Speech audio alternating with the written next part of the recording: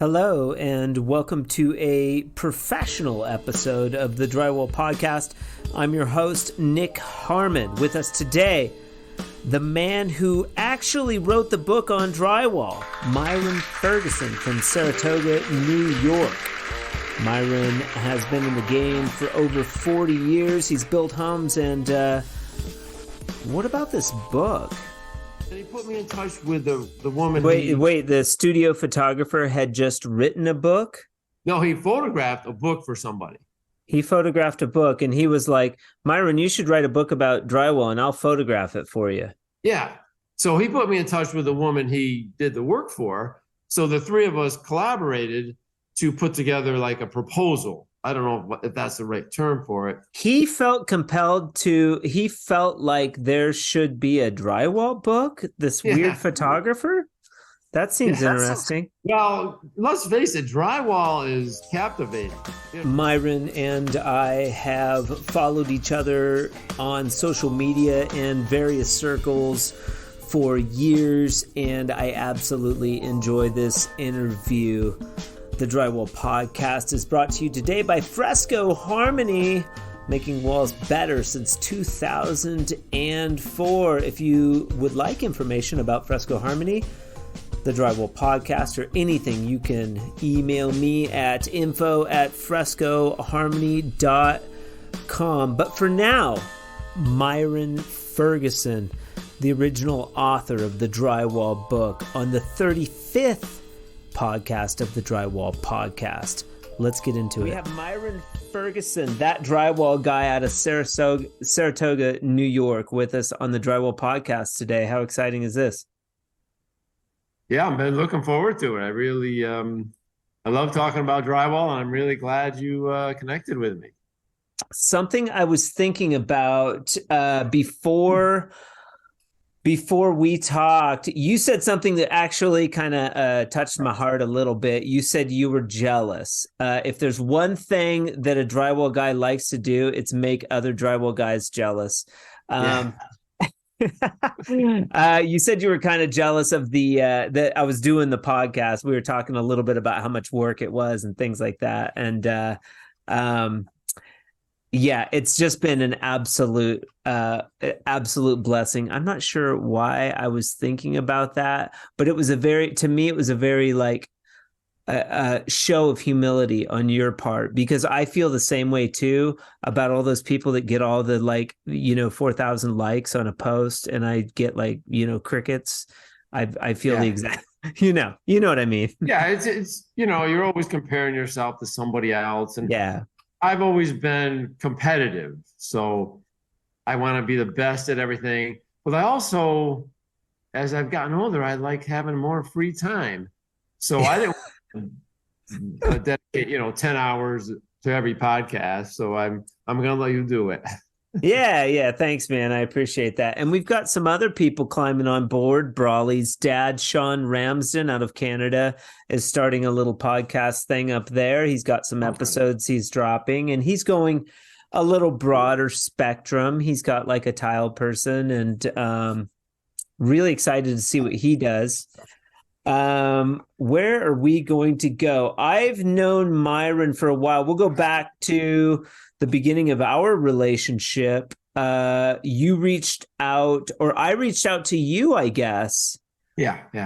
Talk about that a little bit. I guess I reached out to you with the Fresco because you were like popping up on all these social media feeds, and I was like, I got to get this guy some product or something, man. He's got to try out the Fresco.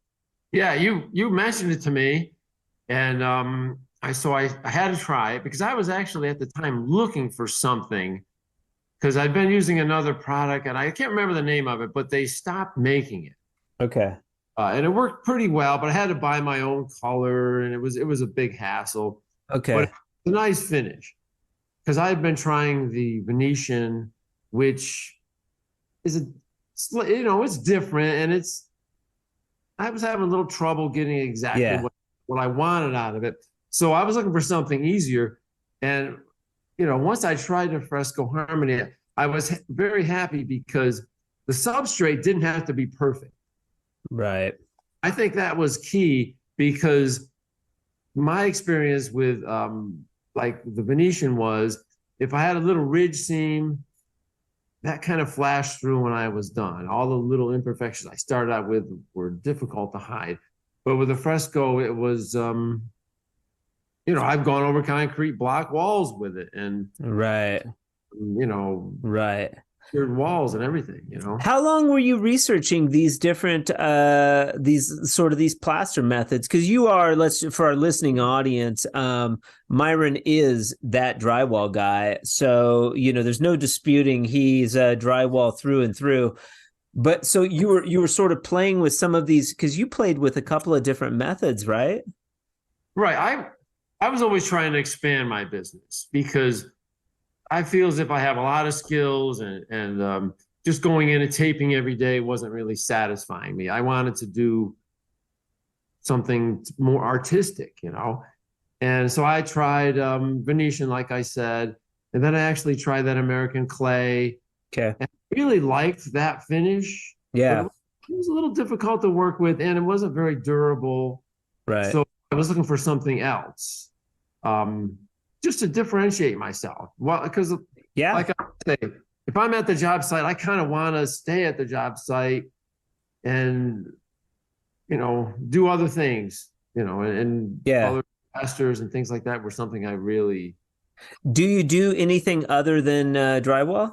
Well, like tile, or do you finish floors or? No. I'm the fourth generation building contractor in my family. Okay. So I probably can do anything. I've built probably a dozen homes over the years. Okay. So I can do all that stuff, but I don't really do it for other customers too much. Like the homes that I built were kind of like for family and myself. They weren't for, out for, actual business. But I can do all that stuff. I really enjoy building furniture. But there again, I just do it for myself and my family. Sure.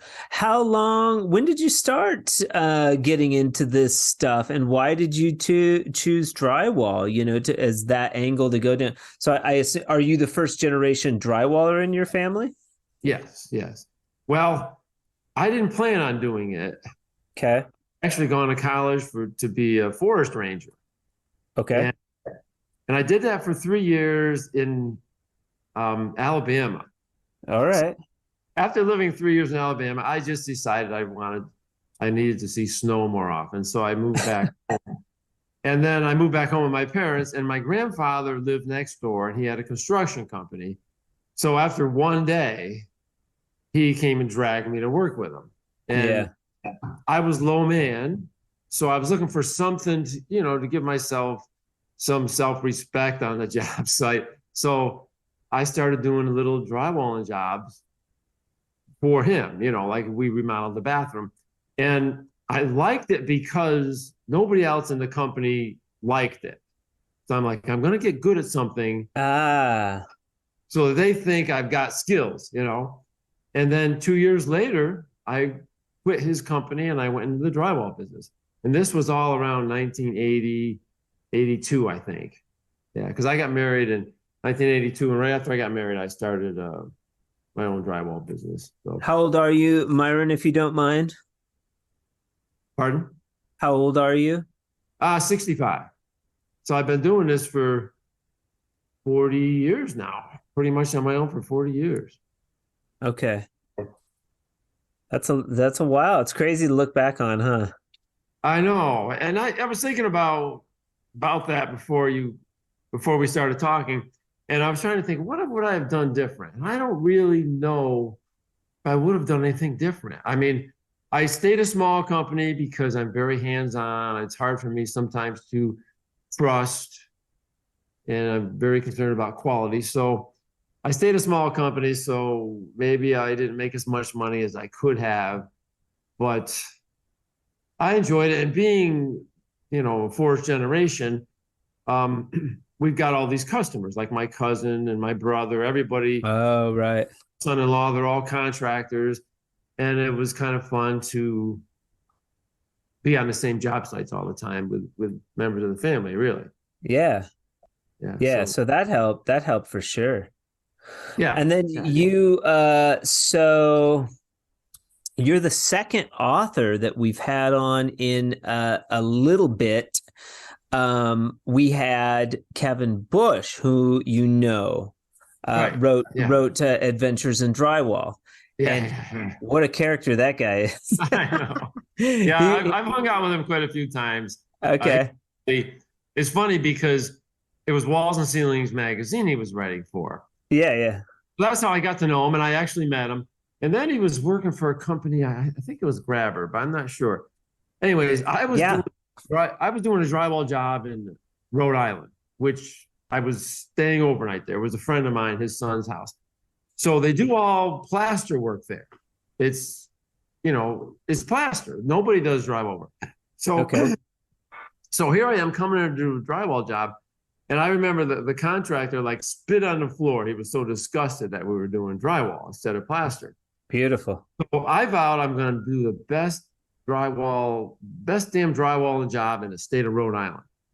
And I wrote an article about it, and that was the title I submitted. Best damn drywall in Rhode Island? Yep. But it got published, but it didn't have that title, of course.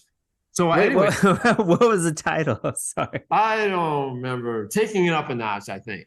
I feel like best damn drywall in Rhode Island would have been a better title. It would have sold more magazines. But anyways, I called Kevin up because I wanted to do a level 5 finish with that primer surfacer stuff that you put on, like, it's quite thick, like 4 mils thick or something. Anyway, so I told him about my plan, and he came up and did it for me. He sprayed the whole house with a level 5 finish, and we did create the best damn drywall job, and better than any plaster job in the whole state of Rhode Island. But nice. With Kevin there. Why was so you worked with Kevin to create this? What were you guys using? What were you spraying on? You've heard of the primer surfacers? It's a primer that has to be sprayed on. You can't back roll it or anything because it's put on quite heavy. I don't know how thick, but it's mils. But there's a company here in Albuquerque that's doing that right now with an acrylic finish. That's what it was, something like that. Commercial. It's for commercial, but it's supposedly affordable. Yeah, it's not bad. I mean, it's a very hard finish. I mean, it's not a plaster finish, but you can't like scrape it like joint compound. Right. And I had my painter applying it on certain jobs for me. Not everywhere, but like on a cathedral or. Would you paint over this surface? Then you paint over it. Yeah. Now, if you were just doing ceilings and you're keeping it ceiling white, then you're done. You don't have to do anything else. Beautiful. So it was nice, but it was really fun to accomplish that and have them. I just called him and asked him about it. He brought it up and donated all the materials and did all. Oh, really? Was he pushing that product or that system, or he was? That was at the time he was working for them. I think it was Grabber. Yeah, it was. I think that's who he was selling. No coat for Grabber. Yeah, but I think Grabber also had other products, and I think this is one of them. Although I can't. Oh, okay. I'll talk to him because what I'm considering is bringing Adventures in Drywall to the Drywall Podcast and doing it quarterly with Kevin because he's just got story after story. I mean, you worked with him. The guy's a riot. So yeah, he was funny. I've always been trying to, make money. It's all about making money, really. But when I was doing the drywall work back in the 90s, I just wasn't making any money. I was just like broke. And I'm thinking, geez, I'm pretty smart. Why can't I make money? Yeah. And I have all these skills. So I was going to go out of business. I was going to give up. And then I was telling you, I was drywalling a studio for a photographer who had just photographed a book. And so he's like, oh, Myron, you should write a book on this. And then he put me in touch with the woman. Wait, the studio photographer had just written a book? No, he photographed a book for somebody. He photographed a book, and he was like, Myron, you should write a book about drywall, and I'll photograph it for you. Yeah. So he put me in touch with the woman he did the work for. So the three of us collaborated to put together like a proposal. I don't know if that's the right term for it. He felt he felt like there should be a drywall book, this weird photographer. That seems interesting. Well, let's face it, drywall is captivating. Whenever you're at That's true. Everybody's like, oh my God. Well, let's talk guy for a while. He's got skills no, it's true. It's very meditative, and people will just sort of stand there wistfully. But like sometimes too, like, and stilts is a dead like killer. You walk into a room on stilts, it's like a showstopper. Everybody's like, right. Whoa, what the hell's that guy doing? Yeah. So I guess, one thing led to another. But this was before you didn't have just the internet. You couldn't just like Google, publishers or anything. Yeah. What year was this? Sorry. Like 1995. 95. And maybe there were certainly computers because my wife was a computer programmer, but I certainly didn't know how to turn one on. And so I went to the library and found all these publishers. But at the time I was subscribed to Fine Home Building magazine, which is Taunton Press. And I looked at the magazine. I'm like, I'm not going to even send them a proposal because I'm like nobody, right? You're just a stupid drywaller. Nobody's gonna listen to you. They don't care. No, they're gonna laugh. So, but then my wife, they're gonna be sitting around the conference room laughing at this proposal from Myron Ferguson. I can see it now. My wife sends it, and then they call me up, and I'm like, what's going on? So. That was fine. Sorry, that was Fine Home Building magazine. Fine Home Building magazine, yeah. They have a bunch of magazines, so they are really Taunton Press. They're out of Newtown, Connecticut. Yeah. Oh, yeah. They're in Home Depot. Yeah, they're every place. So now they invite me down. So I got to drive down to Newtown, and I've never even been in an office building before, right? So I'm like sweating bullets, and everybody there is interviewing me. To see if I have a clue, right? So then they send me home. They must have liked me, and they said, go write a sample chapter. We need one chapter with photographs. So your wife sent a proposal. Was it like what did she send in at that point? Had you written something? Yeah. I had like 10 pages with photographs and just bio too. Did you have a title? No. Okay. It was just a shot in the dark. It was probably just the drywall book or something. Okay. So I don't remember. It was a long time ago. So they, then I wrote the sample chapter, and then they give me a contract, and now I have like to write this thing. Shut the hell up. So you wrote how long was the chapter? I chose the simplest chapter. I chose the chapter on sanding, which is probably like 15 pages or something. God, that sounds boring. What? And my apologies, Myron. I need to read the book. So I apologize for that. But talking to you now, I'm like, I wonder what the hell a chapter on sanding would be like. I probably should have chose a more fascinating topic. But like maybe texturing or something. A short chapter.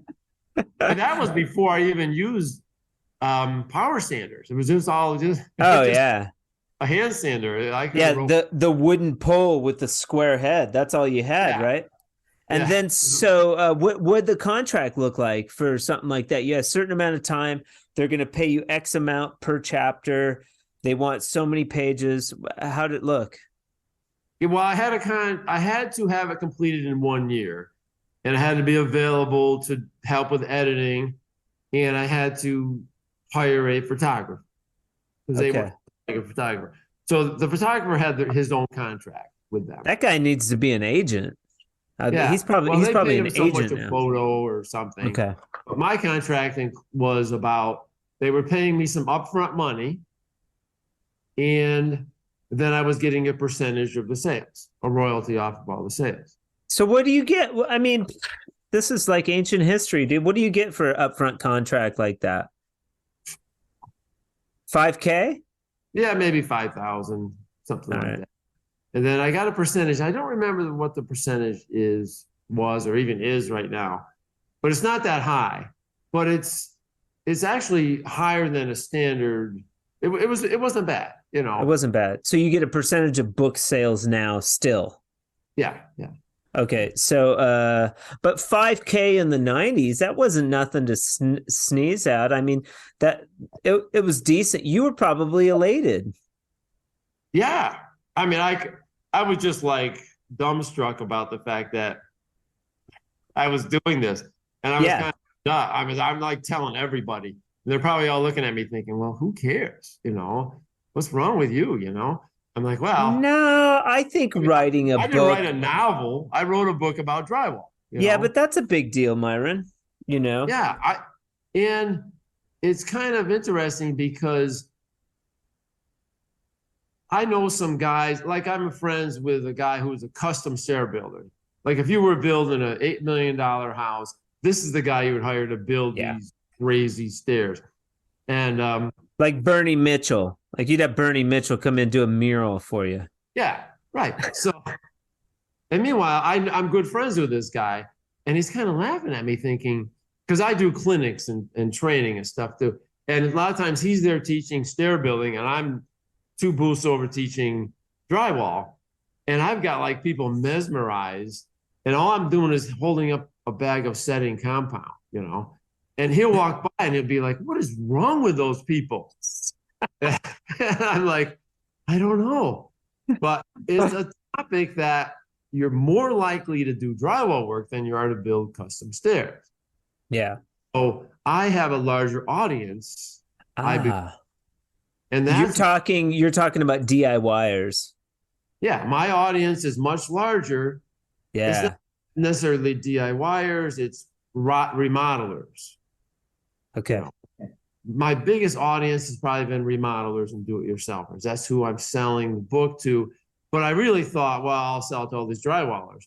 But really, all I got mostly from the drywallers was criticism, like, oh yeah, Who are you? Who are you to write a book on drywall? Yeah, I'm stealing all the work from them, Yeah. Yeah. But that was the crazy part. The nerve, Myron, the nerve to write the drywall book. I know. And I'm like, wow, okay. I'm laughing all the way to the bank. And nobody like yeah, no shit. Well, I mean, but no, nobody scoffs at USG. They wrote the handbook for like apprentices and and all that stuff. Right. Yeah. And of course at the time I had to use the USG handbook as a reference. Oh, okay. I had to call these companies up, and I called out everybody. Send me information, or can I use you as a reference, or can I call you back and ask questions? Sure. So it was a lot of work, but because I did all that, I met a lot of people. Right. Yeah. And now all of a sudden I sell this book and it does really well. And I'm become like nationally known. And what's okay, all right. Well, let's not jump ahead. What's the name of the book? Drywall Professional Techniques for Walls and Ceilings. There's only one, bitches. And Myron Ferguson wrote it. Yeah. Right. And where can our listeners get the book? Well, you can get it like on Amazon, Audible. Some of the big box stores sell, like Menards sells it. Okay. Libraries have it. Any bookstore. I mostly probably people are getting it online now. For a long time, it was in Lowe's and Home Depot. I'm getting one. I believe they have it there anymore. I'm getting one. I'll bet you they have it on Amazon. I'll just go in there. Yeah, they do. You can definitely get it there. Yeah, and I've revised it 4 times, so make sure you get the one with the 4th revision. Okay, so this is around 95. Did you accomplish the book in the amount of time that they allotted you? Yeah. Okay. So you came in. Got it done because I was still in my business. Yeah. Trying to get all these crazy photographs. And well, and putting the book together is no small feat. If you're out there, I've never done it. I have a lot of admiration for anybody that's written a book, absolutely. But as you could probably attest, a lot of work went into that book, I'm sure. Yeah, a lot of work because we didn't edit it on the computer. Right. They would mail me a hard copy, just pages. Yeah. And I would edit it on that paper. Yeah. And then either and you weren't pussyfooting around. You were like you wanted to create the best drywall book you possibly could. So you were probably not only doing your own, you've done your own research, but you were really vetting some other professionals, the USG handbook, all of this stuff, and really probably learning a ton about different systems, different drywall techniques, like all this. Yeah. I learned an awful lot because I learned to do drywall work to start with. You can go on Instagram and ask Drywall Shorty, like, hey, well, why are you setting your box at 3? What's that all about? She's like, blah, blah, blah, and you could, anybody could learn how to drywall if they really wanted to. I talked with Josh Gray out of Colorado, the drywall artist. He's like, I'm probably going to get a lot of criticism, but I learned to drywall on the internet. Like Instagram, but that didn't exist when you wrote this book. So you had to pick up the phone. No, it didn't. I didn't even know that a curve trowel existed. I didn't know that. I was using a regular flat mason's trowel. Sure. But then that was kind of my own fault. I never went to a drywall yard. I used to just call them up and I would say, this is my order, right? And then one day I went to my drywall supplier and it's just like, I was like in a candy store, they've got all these taping knives and all this stuff that I hadn't seen before. And that's when I discovered the tape for inside corners, because when I first started in the business, like NoCo and Trimtex and Straight Flex, they didn't have that nice tape for the inside corners at the time. Okay. Using paper tape or rounding it off with a special technique. And then once I discovered that, I'm like, oh my gosh, it became so much easier. Every little, we just nailed on metal corner bead. And casually, I haven't nailed on a piece of metal corner bead in 20 years on purpose. Yeah. Right. There's better options out there. And the industry has evolved tremendously. It's not the same as it was. Because I remember when I went into business, I could keep all the tools I needed, like 2 5-gallon buckets, and it was simple. It was easy. It was inexpensive to get into the business. Yeah. But it was hard work. But now I remember the first time I decided I was going to try automatic taping tools. Ames was giving a class down in Pennsylvania, right? And what year is that when you first stumbled upon automatic taping tools? Probably maybe 2000, because now I became kind of well known, and I wasn't using automatic tools, so I had to take it up a notch. So that's about when I got in the trade, around 2000, maybe 2001. They were using those tools. Well, yeah, I had heard of them. So I drive down there and I take this little class, and I promised my wife I wasn't going to buy anything. Well, I came every tool they had in the back of the truck. Yeah, you come back with magic beans. Oh my gosh. It was just like, I didn't know what to think because they were so good and they're so productive and you didn't you weren't skeptical like a lot of these hand finishers that are around. You saw the tools and you instantly saw the value in them. Oh yeah, there was no doubt. There was no doubt. They, in my competition around here, some of them are still hand taping, and I'm just kind of thinking, why? When you can, you can increase your production. I don't know how much. I don't know the percentage, but well, the big reason I get is because they hand finishers feel that their finish work is still better than you running the tools. Like you can get a better product by finishing with your hands versus the tools. That's the feedback that I've sort of observed. well, they are partially right. I think because I started out hand taping, I have the skills to address all those little issues that the automatic tools can't do. You know, like how do you blend it into the corner bead? How do you handle that butted seam that's terrible? Yeah. You know, there's a lot of little, you still have to know how to hand tape. You absolutely still have to know how to hand tape, and you have to know how to float out a bad butt. Going back to the book, this book comes out. We'll get back to the automatic tools versus hand finishing. That's always a great conversation. But going back to the book, you put this thing out there. You make some money on it. Prior to the launch of the book, how much money did you say you made on this thing over the course of a year? All this work, this back and forth work with, and it's not Fine Home Buildings Magazine, or is it, that's writing this book? It's Taunton Press. Taunton Press. Okay. Yeah. And they're the publishers of Fine Home Building Magazine. Right. Yeah. They see a value for the professional drywall book. They find Myron Ferguson to write it. You guys polish it up and it's launched. What happens? Well, it just takes off. I mean, people can't get enough. People can't get enough drywall. Yeah, I mean, I was selling 1,000 books a week. Shut the fuck up. For years. Nuts. Yeah. So they put the book in. Do they start regionally? How do they disperse the book? Well, I don't really know. I was okay. After I submitted it and was done with editing, they just would send me a check every 3 months.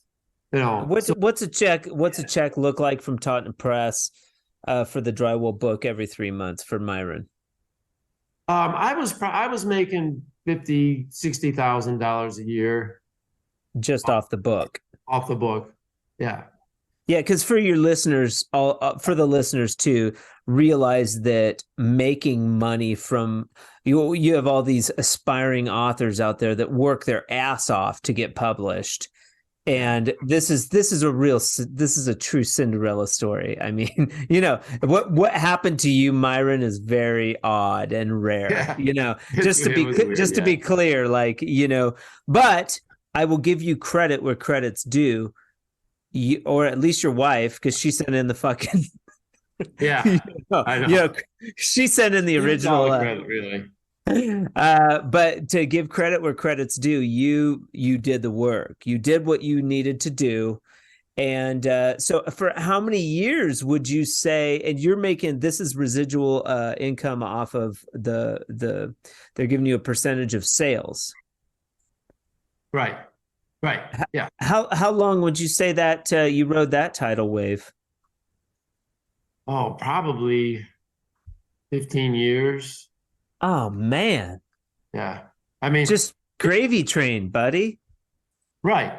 You know, but I had to revise it a couple of times, which was no big deal. Right. It really kind of lost. The book started losing. Books don't sell that well anymore because sure. You know, yeah. I think you can actually get portions of the book. You know, like if you just want to buy one chapter, Taunton has it. You can. They were trying that. I don't know how well that went. I would buy the audio version if they have it. If they don't, I'd be interested in reading the audio version for you. Yeah, I'll have to bring that up. Yeah, because I do it. Bad idea. I'm doing a book now. I'm doing a book now for Buck Buchanan. He's written 3 books, and he wrote a book about the EIFS industry behind the walls.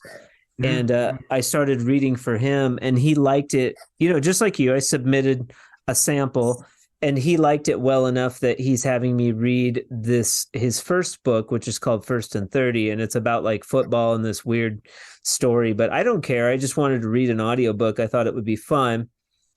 And it's a personal challenge to me, but I do enjoy it, and I would be open to reading your book.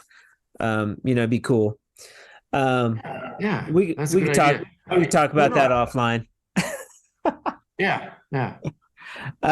So you're riding the gravy train. You got 50,000 rolling in off this crazy drywall book that's getting out there in the world. How many copies sold to date? I think about 600,000. Jesus, that's awesome.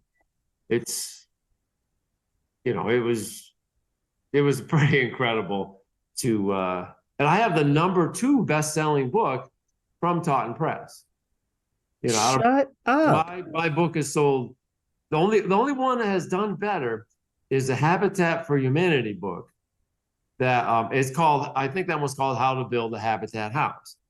How do you spell Tottenham Press? Is that like Tottenham, England? Taunton, I think. Taunton Press. Okay. They have fine woodworking. They have fine cooking. Who knows what else? And now Taunton Press is doing a lot of other things as far as you can hire them to do something for you. Like let's say you wanted to do a really nice video or something on Fresco Harmony. They would come with their video crew and video you doing it, and they would do a real nice job creating for you, because I've worked with them on a number of projects. Well, we got to revise the drywall book so that it includes a chapter on color joint compound. Yeah. I don't think I have a chapter called Decorating Drywall. That was about it, and I don't know what that includes. I forgot. I think it would be fun. A book about various types of plaster would be interesting. Something like that. I mean, if I wasn't spread as thin as I am, yeah, maybe. But you have to imagine, I'm selling color packs. It takes a while launching a product, and this is your only product that you developed yourself. So just getting people to take you seriously. Hard. Yeah, that part was really tough. I feel like I'm cresting the mountain, to where people like where I'm getting more credibility. People have used it, they like it, they're giving it favorable feedback. So that helps. But yeah, when you're coming out of left field being like, hey guys, I'm coloring joint compound. It's really fun. You guys should do it. People are like, shut up, dude. Get away from me. What's wrong with you? Right. Yeah. Then now you're trying to get into stores and stuff, and they got to you can actually produce and supply. Yeah. It's not an easy thing, because you're getting brand recognition. Like if you were, let's say you're selling, I'm not sure if you're even trying to do this yet, but let's say you're in Sherwood-Williams. Now, oh yeah, that would be a different level. Now you've got their brand recognition attached to you, which might be a big help, except they could maybe take all your profits, and now you're working. It depends on how well I establish the brand and I'm first to market. You know what I mean? Yeah. I really need to power forth, because there's people watching. The more popular you get, the more you sell, the more valuable what you're doing becomes. Right. So I have to be careful with that. I mean, patenting it ain't gonna do shit. People can do whatever they want. They're just watching right now. Yeah. So Myron Ferguson, he's got this book, and you're like, you ride the tidal wave for 15 years. During that time, you obviously don't have to work as hard at drywall. So that alleviates a lot of space for you to maybe start some of these clinics. I mean, what's your, what do you go into after that? I mean, you said you spent all your money, on drugs and gambling. No, I'm joking. No, you said you put all your kids through college, bought houses and shit. What are you doing at the time? You're building houses? No, now I've kind of got I feel like I'm important, like I'm somebody, right? Because I've done You are important. I went to, did you ever hear of JLC Live? Yes. Well, I've seen, because of you, someone was really calling me, like trying to get me because of you. I told them to pester you. I know. I'm sorry about that. I'm interested, but it's like, for me, money wise, like I have to really watch my dollars. I am going to they call it Build 23. It's an Intex show this year through the AWCI. I will be there this year. That's going to be my first national show. I'm very excited about it. I'm good in front of an audience, but that was when she was calling me. That was a few years ago, and I couldn't warrant. I'm like not going to go out to New York. Oh, I know how it is, but they're always asking me for products that I like that we might have at the show, because Journal of Light Construction is a magazine. JLC. And then they decided they're going to bring the magazine to life. They're going to have this trade show where they're doing stuff that they wrote about. Yeah. So I heard about this show. So I just went to it. It's in Rhode Island. I just drove up there as an attendee. And sure enough, there's all these carpenters doing clinics. Like, they actually built a house inside this. Cool. I mean, they built a full-scale house.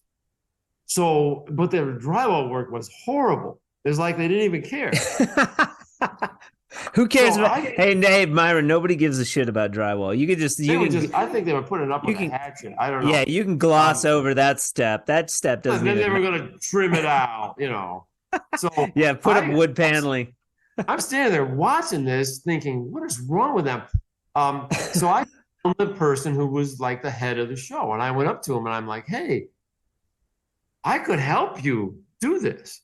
Right. And then I brought a copy of my book and I gave him a copy of the book. Oh, they probably loved you. And they're like, oh, wow, okay. So they hired me for the next show. Yeah. It was in Las Vegas, right? Okay. So I've never been any place, right? So I'm in Las Vegas and I've got to do a 1-hour clinic in front of like 300 people. Awesome.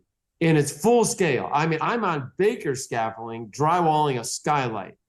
Have you ever spoken in front of people at that point? No. Terrible. So you're in Las Vegas. You're in Las Vegas for the first time in your life, kind of away from home. You're spreading your wings a little bit, and then you're speaking. You get to speak in front of all these like know-it-all GCs and like contractors. How exciting! Yeah. Well, I was hyperventilating. The person who was the sound person came up and adjusted my mic. Well, I knew what I was talking about, Yeah. So after 1 hour, I took 1 hour, and after 1 hour, I got people applauded me. So I'm like, I'm hooked. It was horrible. I worked my butt off to get ready for this, but I liked it. So I started doing it. But then JLC decided. Yeah, but what did you get from that show? Did they pay you to do like a presentation? They paid me $1,000. Okay, well, that's not enough. Right.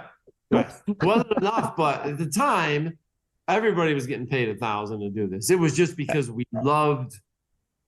So all of a sudden, I met all these other people. Yeah, you're making strategic contacts at that point. Yeah, it was great. So I met all these other people, and they were fascinating. But I had my own little niche. I wasn't competing with any of these other guys, and so they just all accepted me as this goofy drywall guy. Yeah, the goofy drywall guy that wrote a book and Well, then they started calling me. Now, wait a second. Had you been? Oh, they started calling you that drywall guy. Yeah, they started it just like so. Now I'm doing these shows, and hey, who is that guy? That drywall guy? Yeah, they introduced me as that drywall guy, and I love it. Yelling across the floor, "Hey, drywall guy!" So I went home and I registered that. I trademarked that drywall guy. Smart. Now I owned that name, so nobody could steal it, and that's how I got the name. But now I'm doing these shows. And USG is there, Trimtex is there. At JLC? Yeah. So wait, USG, Trimtex, and who else? Sorry. USG, Trimtex, Grabber was there. Grabber. Taping Tools was there. So they all started sponsoring my clinic. Fuck yes. So so now I have my own clinic. I'm no longer. Wait. How are they sponsoring your clinic? They were like, hey, Myron, if you use our product, we'll give you another $1,000. No, they didn't give it to me. They gave it to LC. I didn't get any of that money. You didn't see none of that money. No, but it didn't matter. All of a sudden, I had my own clinic, and these people are paying JLC to be part of my clinic. But then as I met these people, now all of a sudden they want me to do stuff for them on a different platform, Is that when you met Joe with Trimtex? Yeah. Well, I met Joe at the first show I did, the Vegas show. I was on the stage installing Magic Corner. And Noe Perez, who works he was the guy. Yeah, I know Noe. He was Trimtex's guy who knew. He was in the audience, and he calls Joe up, and he's like, "There's a guy on stage demonstrating our products." Right. Then Trimtex calls me up, and they invite me out to Chicago, and that's how I started doing more things for Trimtex. And you were you were like the first drywall artist of the year. Is that right? No, I wasn't the first. I don't think I was the first. I was in 2007, I think. You were one of the drywall artists of the year. Yeah. So that was kind of a surprise because I don't consider myself an artist, but I'm a real advocate for all this stuff and the building trades. I'm always talking very highly about builders, and Trimtex liked that. Yeah. Wow. That I was maybe not. Although I did a lot of fancy drywall jobs by using Trimtex. So did you get into using the specialty corner beads, the chamfer, the step bowls and stuff like that? Yeah. That stuff's fun, isn't it? Oh yeah. I mean, I remember it's a ball. One of the jobs I did, I kind of had free reign, and I was building, I did all kinds of crazy stuff. But so I had this one archway laid out, and there's a no, Myron, that's enough. We're not going to do any more stuff. We need to finish this job up. That's too different. Takes too long. Oh, the trim guy wants to do it. It's hard to sell wainscoting out of drywall when the finish carpenter wants to do it. Fuck that trim carpenter. I could do it cheaper. And I'm not going to have all those nail holes, Yeah, we don't care about that trim carpenter. I did a chair rail in my kitchen out of the step return and a piece of drywall, 4 inches. Yeah. I mean, just putting another layer around the perimeter of a room. I know. Those stop against it. It's just like people are like, "Oh my God." Yeah. Oh, how did you do that? It's just. I would take it a step further, just a reveal bead around your ceiling with like an LED light. Yeah. Oh my God. It's just endless, and nobody's doing that shit, Myron. It's crazy to me, man. Like, I talked to Joe about they sort of had to discontinue pushing the specialty corner bead because it was too expensive to ship. People still weren't doing it. The drywall supply yards weren't pushing it. And it's like, man, that's so sad. They said they did say they will still sell it. I mean, individual drywallers could still push it, but I love that stuff, man. And nobody has it. I did 2 houses here in Albuquerque. They're the only 2 houses finished in Steppe Bowl probably in New Mexico. Like I would venture to say. Yeah, it's tough. I mean, the big builders, like my son works for Toll Brothers, and I don't know how many houses they build, thousands every year. Okay. And so as soon as he gets hired, he's like, oh my gosh, why are we nailing on metal corner bead? Duh. So I actually wrote a little something for him to present at a meeting, like the features and benefits of switching to other beads. Just even if it's no, it doesn't matter. Just let's get away from that nail on corner bead. And he did a little presentation there, like, look, we're a national company, international. How big is that company? I don't know, but they're every place. I mean, they're everywhere. Okay, so they're big. In the Denver area, they probably build 300 homes a year. Okay, all right. So they're pretty big, but so that would have been a great sale if we could have changed them. But it was your son's in Denver, correct? Yeah. Is that company just in the Denver area? No, they're all over. Yeah, he wanted to live out west. He started out as now he's a project manager. So he's kind of like now I don't know what he does actually, but he's bossing people around all the time. Yeah, bossing. He was smart because he's proficient in Spanish. So really was smart. A big help. That's a big help in your career if you're going to be in the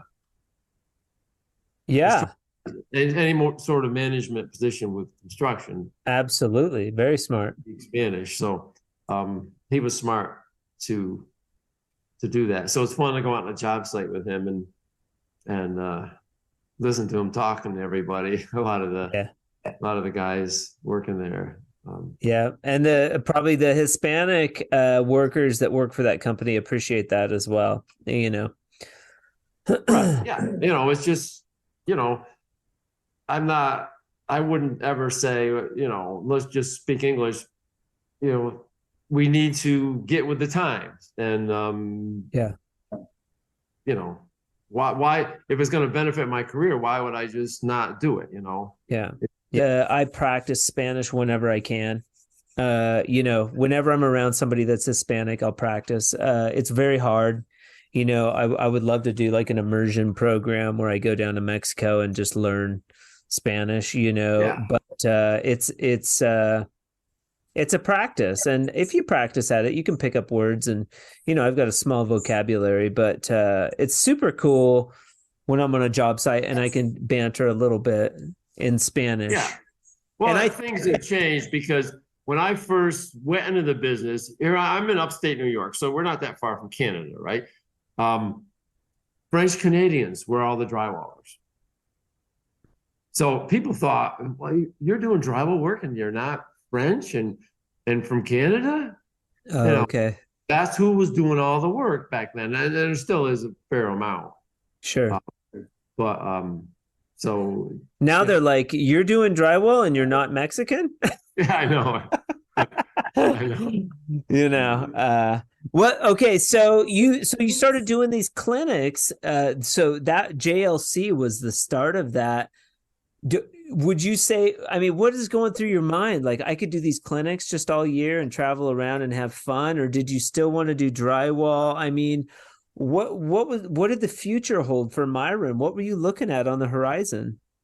Well, I had employees at the time, so they were still doing the work. So if I was gone, I was probably gone 2 weeks a month for a number of years, out doing presentations, clinics, or. And would you sell books at these presentations? Would you have a bunch of books with you and sell them? No. I would mention the book and show it to them. but I didn't actively sell it. God, you could have been signing them and shit. I know. I'm kind of self-conscious. I wasn't Yeah.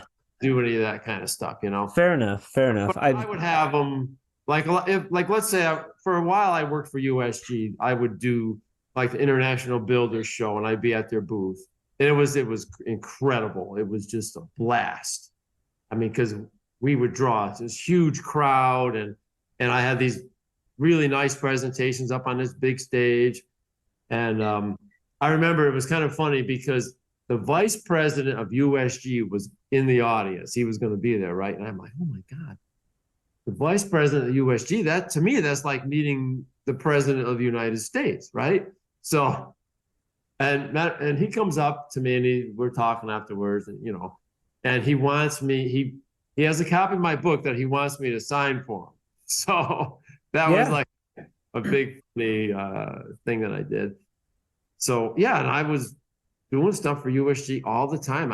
I'd be in their office in Chicago talking about techniques for attaching their corner bead. And why didn't they offer you like a position to be like a sales rep for them? Yeah, they wanted me to be a spokesperson for them. Okay. So then I would only be working for them. I wouldn't be doing stuff for Trim Tex anymore. Yeah, or even doing your own jobs, right? You would quit all that and just go to work for USG. Right. Yeah. So the woman who always hired me to do these shows, she told me about this. So she's like, put together a PowerPoint presentation. She kind of told me what to put in it. Then come to Chicago and give this presentation to all the decision makers. So I did that, and it went really well. But then the recession of 2008 hit, like the next 6 months, and it ended.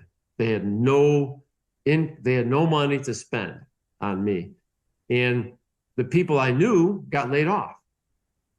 Their sales were down, like I could be wrong, but their sales were down like 80%. Oh wow! It was horrible. They had nothing. So then being innovative, I changed that presentation just a little bit, and I presented it to Trim Tex. Okay. I went out to see Joe, and I did this presentation there, and then they did hire me for a number of years to be like, okay.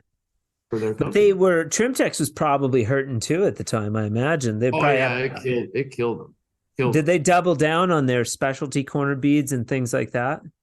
Yeah, they kind of went more into commercial time. Okay. I mean, it was terrible. They used to have tractor trailers lined up, and now they just weren't lined up anymore.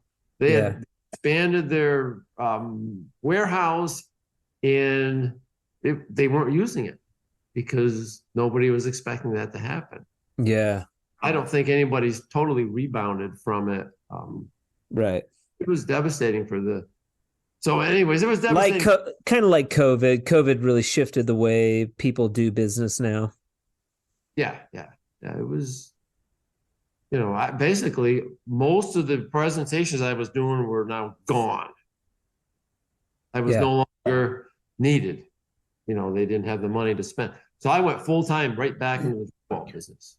I was just because you were still small. You could sort of recoil, regroup. Focus on just doing your drywall again, hanging out with the boys on your crew. You probably have, 2 guys? 2 to 4. Yeah. Sometimes I had 4 guys, yeah. Hang out with those dudes, do there was probably a trickle of drywall jobs coming in. Oh, yeah. That never ended for me. I still had plenty of work because we were well established, and we did high-end work. It was a tough time. I mean, I was kind of about it because I had all these things going on, and they kind of just disappeared.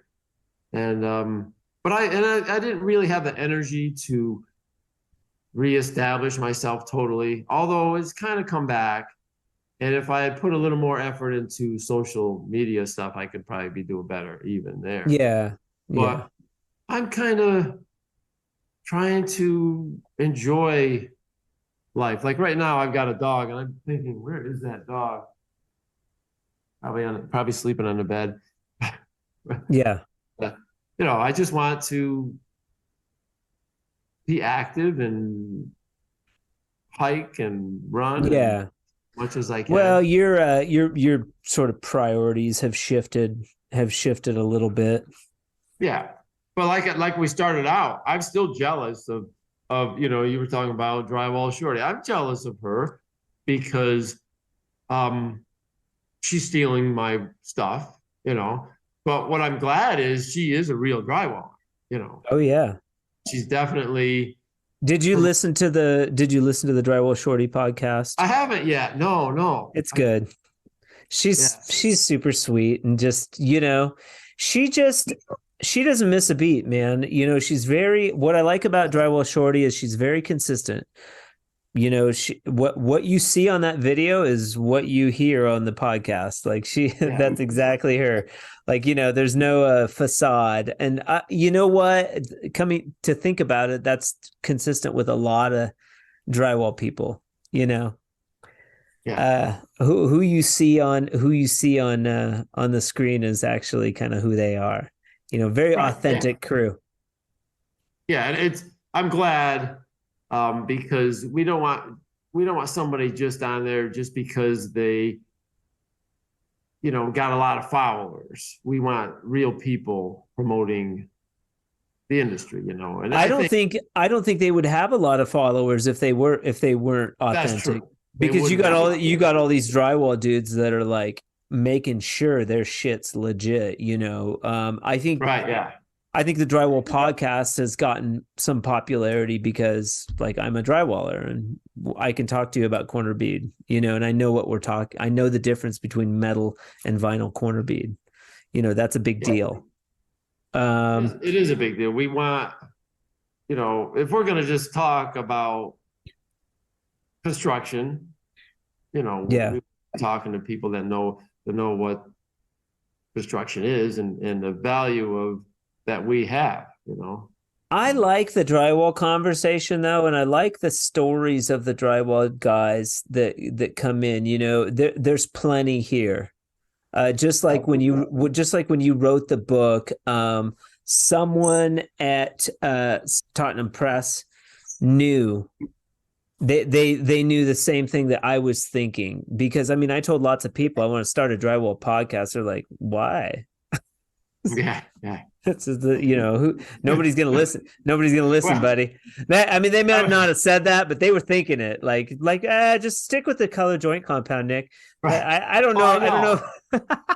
It's funny because I do a lot of work. I was working for Habitat for Humanity for the last few years. And so I'm still doing, like, we're drywalling a house now. Okay. And Taunton Press is coming up next week to shoot some video at that site. Okay. I told them I can only work till noon today. I've got to do a drywall podcast. And they're just a bunch of volunteers and stuff. And they're like, what?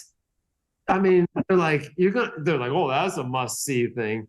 I'm like, look next week, we're gonna take an hour break. And we're all going to listen to this drywall podcast, and hey, and you know what, Myron, to all those naysayers, this has been a damn good podcast, dude. And you know what? And my buddy Josh, I'll let you know this too. My buddy Josh, he's a big tile guy. He does mosaic tiles. His handle is Tierra Tile. He travels around to the tile shows and he's changing that industry too with hand-shaped tiles.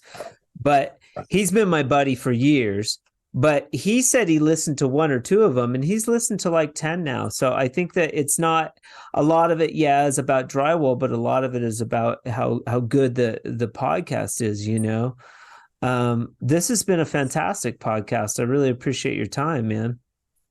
No, same here. I like talking about the building days in general. And I take a lot of pride in what I've accomplished, and I'm not done yet. That's for sure. Yeah, you have had a fantastic career. Just the conversation around the book, selling a book, that is extraordinary, And Hopefully this will help not only bring the drywall community together, but also bring awareness to the fact that this is a very interesting, viable, neat aspect of the construction industry that people don't consider. That story about the people at JLC just glazing through the drywall portion of this house they're building, that's a reflection of how people view drywall, and it's 80% of the visual space in your home. Right. And you show up at the job, meanwhile they've been pestering you. Myron, when are you going to get here? When are you going to get here? Then the day you show up, when are you going to be done? Yeah. Hey, Myron, we got to have the electricians are coming. The cabinet guys are going to be here in 3 days. You got 3 days to finish. And meanwhile, the mason's been laying up this fireplace for a month. Months. And it's like 1% of the visible interior. He's got all his junk in the way. Yeah. And nobody's pressuring that guy to get done. He's making $50K on one fireplace. But meanwhile, he can afford to take his time. You get one screw pop, and they're like, "Oh man, is this going to be a problem?" And it's funny because I just hung 5,000 square feet of drywall, and I've always told people that it's about one screw per square foot, right? I use 5,000 screws. Okay. So I just ran out, as I put the last screw. So it's true, but if you only have a few screw pops, that's a pretty low percentage. Well, and you're going to have a few anyways because of houses shifting and things like that. But and then they try to beat up the drywall guy on price too. Then they're always trying to be like, it's just drywall. Can you do any better? Can you do any better? I got 12 guys in line that'll come in and bust out this drywall, and it's like, well, go hire. My father was a trucking and excavating business, so he did all that foundations and stuff. So one of his advice was, Myron, if they ask you to come down on your price, let's say, and his example was, Myron, if they ask you to maybe if you could go $500 less, always say yes. But I won't be taping the garage, or I can do it for $500 less, but I won't backfill your foundation. Yeah, we're not sanding. Give us some value. Now all of a sudden they're like, "Oh man, that actually has value," So don't ever say no. Just give it some value, and maybe, Well, I was going to ask for a pearl of wisdom, but I tell you what, man, that is a pearl of wisdom right there. Instead of saying no, just consider what each step is worth. Right. Yeah. Now, if you did have a pearl of wisdom, what would you bestow upon the drywall community? I don't know. I guess maybe be proud of what you do, because I didn't go into the drywall business because I was too dumb, for lack of a better word, to do anything else. Right. I flunked out of school. Now I got to do drywall work. I chose to do it. Yeah. So if you actually think for 1 second that I just do this because I couldn't do anything else, that's not true at all. I do this. Right. I want to do it. And I feel good about doing it. I mean, like the one little funny thing I always say is I've never been to a gym to exercise. But for example, sometimes I sand drywall for 11 hours. Now that's pretty good exercise. Yeah. But it does keep you physically fit to a certain extent. You're lifting heavy stuff, dragging heavy stuff around all day. And so it's not bad for you. It's a good profession. Building in general is a good profession. Yeah. As long as you are proud of what you do and you don't do anything crazy, you see people climbing on scaffolding they shouldn't be, or without a mask or anything like that. Yeah, or get a DUI the day before they're supposed to show up to work, and you got to bail them out of jail. Yeah. I show up. If I'm going to be at your house at 7 a.m., I'm going to open the door at 7 a.m. I'm going to be standing, and I'm going to be dressed decently. I'm going to have a clean shirt and clean pants on. Yeah. And truck is not leaking oil all over your driveway either. Right. That's how I got in trouble for that one time, and my truck didn't leak, but I just parked in this GC's driveway once, and he gave me an earful, and never again. Yeah. You know, little things though. You pick up those things, like you could ruin a driveway. You know, you better have some good liability insurance. And if your guys are parking in the driveways of homes, tell them to stop, man, because that can cost you a lot of money. Right. It's the little things, you know, like if you chew tobacco, where are you going to be spitting all day? You know, yeah. that was a problem I ran into a few times with employees. Well, I chewed tobacco, and I spit it into the mud boxes with the bags. I put the bags around, and I'd have little spittoons all over the place. Yeah. And people get pissed off at me because they put their hand in it, you know, and they try to smush down the garbage. I'm like, sorry, dude. Yeah, what you don't want to do is spit all over the floor, you know. No. And you just want. I think it's important to have a little awareness, you know. Right. When you gotta be respectful. Now, even with smoking, it was hard to find a drywaller who didn't smoke back in the day. And, yeah, and you know what?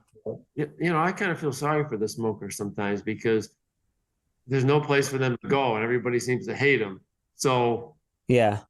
Hey, if you're out there and you're still smoking, we love you. We still love you through it. Yeah, I know, but you can't do it. You just can't do it. You're welcome. You're welcome on the Drywall Podcast. Yeah, right. I know. I'm not. Yeah, I don't like to be prejudiced. But I'll also say this: you might want to try to consider trying to quit because it's very unhealthy.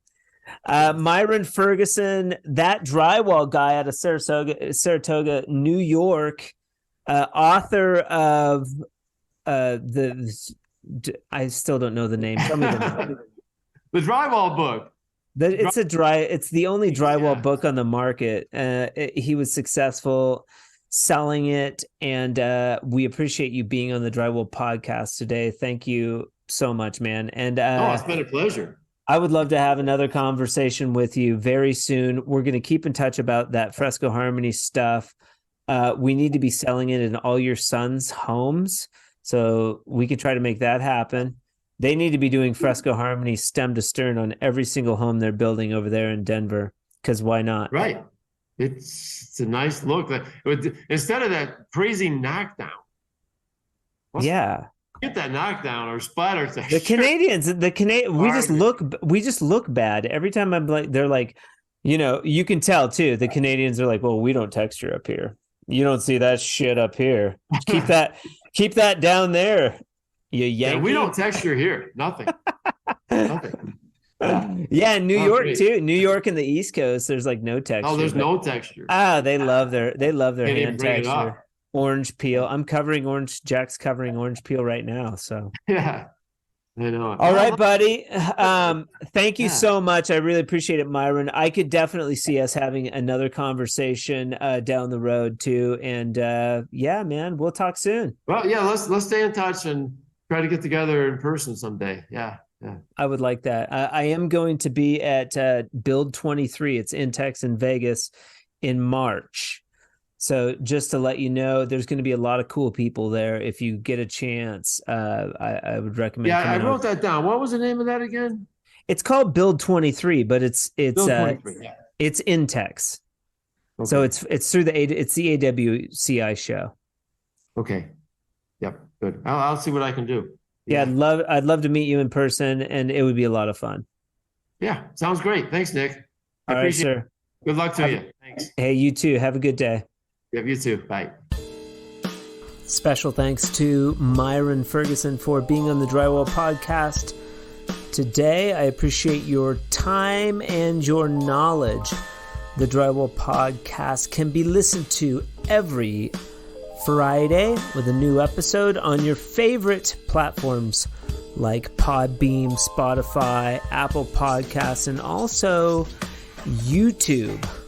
The Drywall Podcast was brought to you today exclusively by Fresco Harmony. Fresco Harmony, making walls better since 2004. If you would like information about Fresco Harmony, the Drywall Podcast, or anything, you can email me directly, Nick Harmon, at info@frescoharmony.com.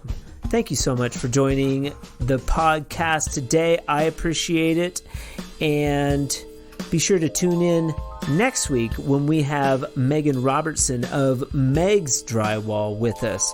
Until then, keep drywalling.